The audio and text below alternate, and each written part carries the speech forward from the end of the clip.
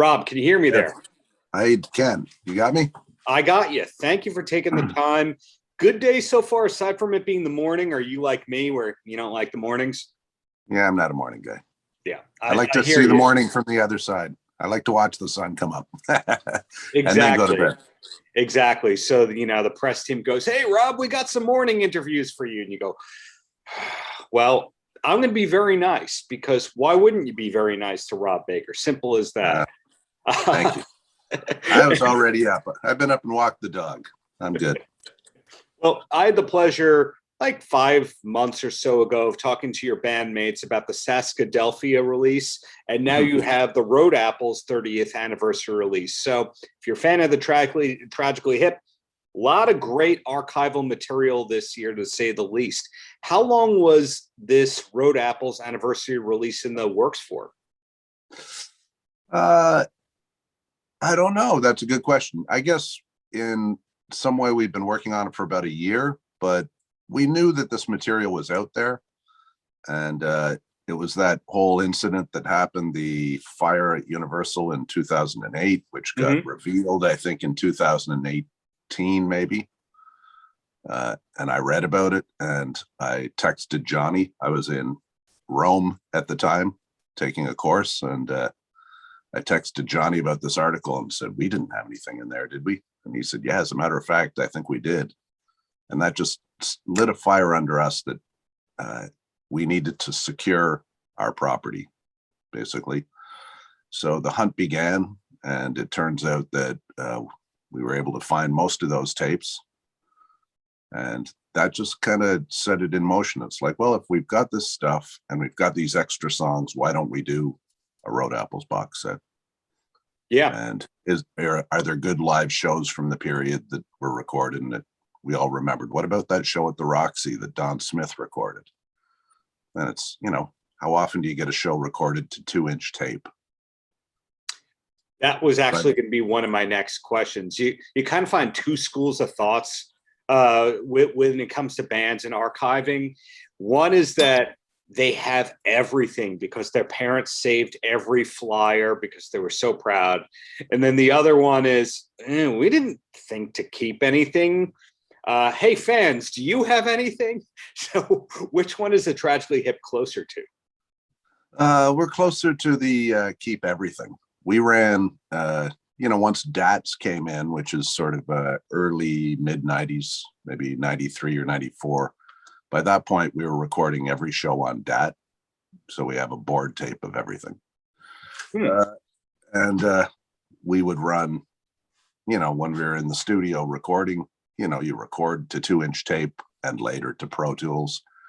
But we would always run 1/2-inch tape just for the whole day. And if there was nothing happening, nothing happened. That's a waste of tape. But sometimes you get little song ideas, snippets of things that you can go back and re-listen to and build on. So we work that way. So there's tons of stuff that we have, and we have storage lockers, and Iron Mountain is the facility that stores the recorded material. So yeah.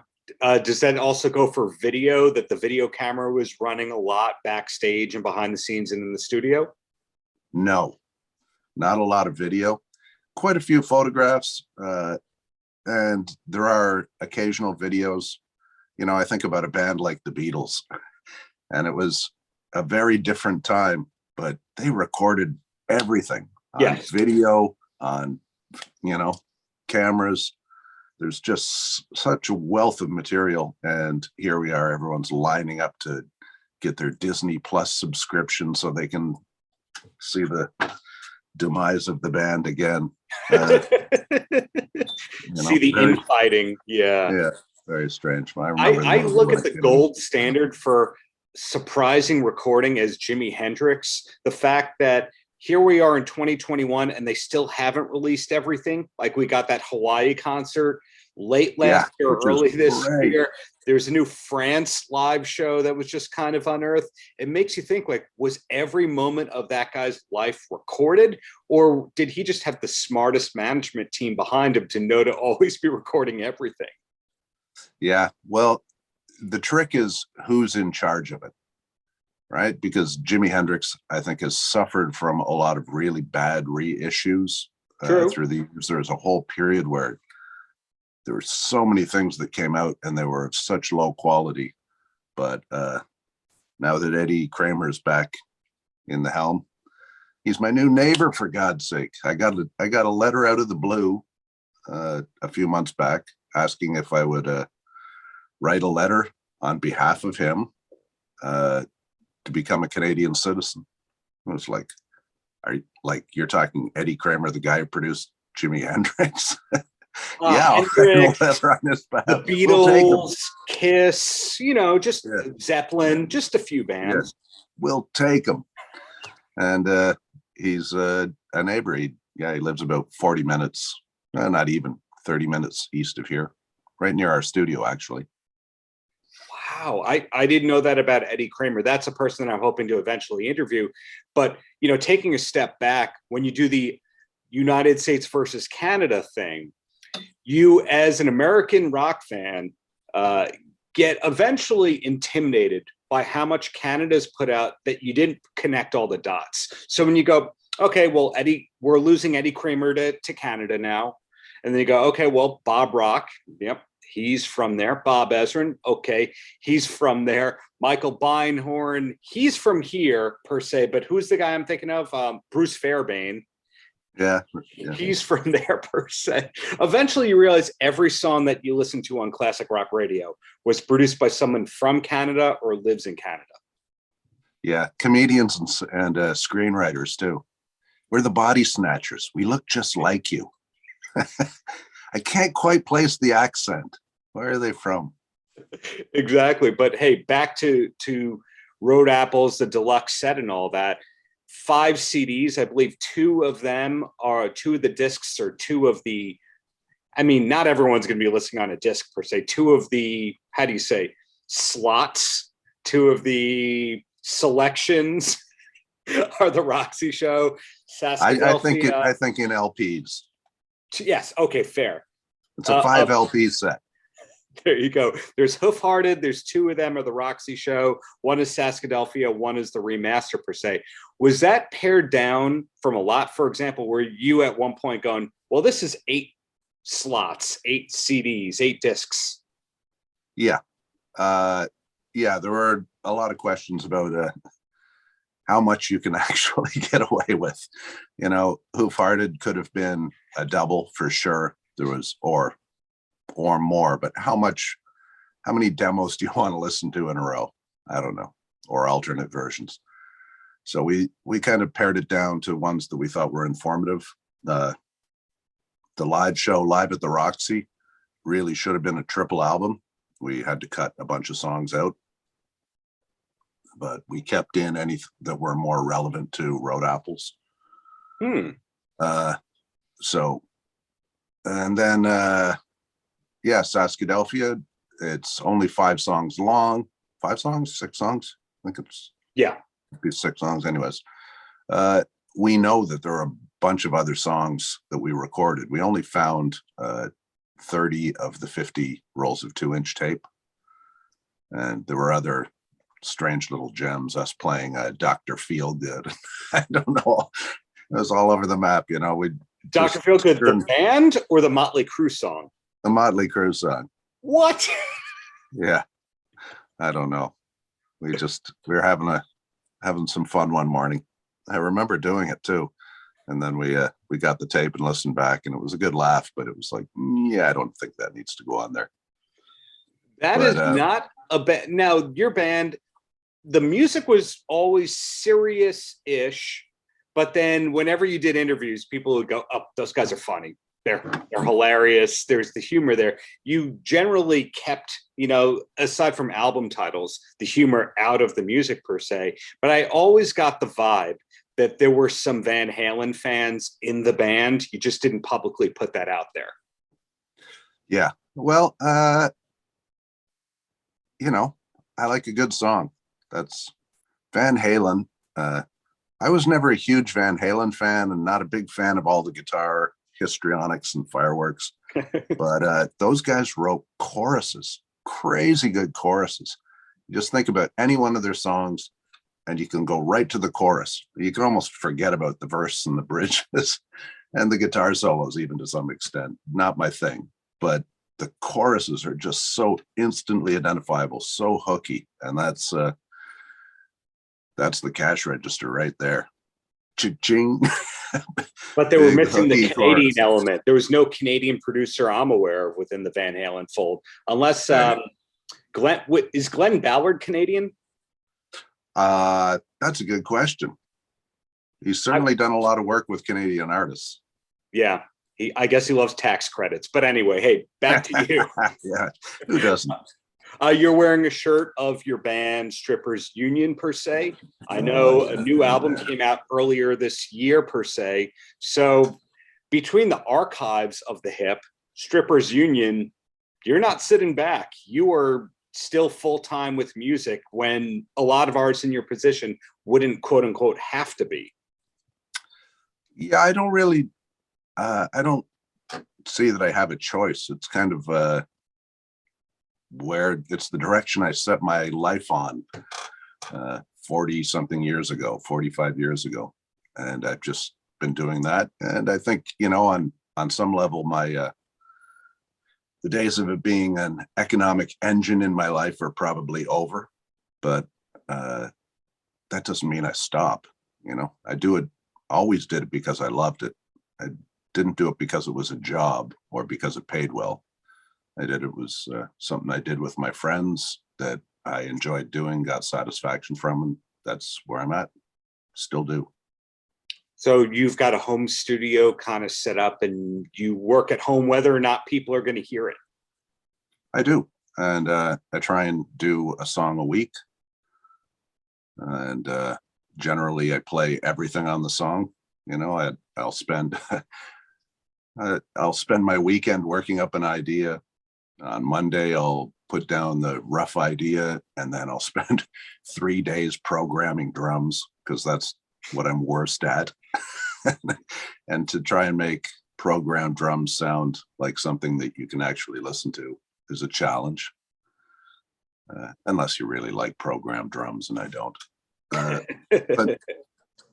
I just it comes with its own satisfactions, and it's very meditative for me to do it, to just be plugging away, making music. If I'm not doing that, I'm right now I'm in my painting studio here, and they're just ways to meditate, ways to not, so that I don't have to spend time with myself.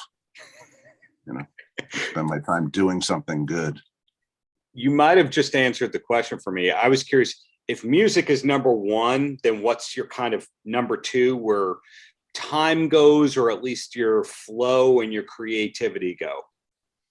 Yeah, I'm interested in the visual arts. So, I got to, over the last year, I've got to pour some of that into band stuff, whether it was Saskadelphia or the box set. I got to art direct that, and I got to do the Strippers Union package. We were in lockdown. I had sweet nothing to do. So I thought, well, I'll do an illustration every day, one illustration for every song on the record, and not knowing what I was going to do with them. But I just thought, why not? I got time, no shortage of time. And that became the album package. So, I don't know. You just, you take the time you're given and you try and find something interesting to do with it. Wow. So no dumb hobbies for you? No. I mean, they're all dumb hobbies: playing music and painting and cooking. Dogs, I love my dog. Down to one, but that'll change. On a brighter note, taking the US perspective to the hip, you have to be a real reader to kind of know, like, that is one of the biggest bands in the history of Canada. Here in the States, we got you on SNL, per se, but it's that was 95 or so that, you play a stadium in Canada and then you play Irving Plaza here in New York. It's this unfair kind of thing where niche here, legend there, per se. Now, the stupid obvious question would be, how do you feel about that? I look at it a different way. I say, is there anything left for you to accomplish, or did all your wildest dreams in music come true and everything is the bonus round right now? I think the latter. My dreams came true. I didn't want the band to end the way the band ended. Sure. But I really didn't know how it would end. And I guess in some ways it's better to go out with a bang than a whimper. Yeah.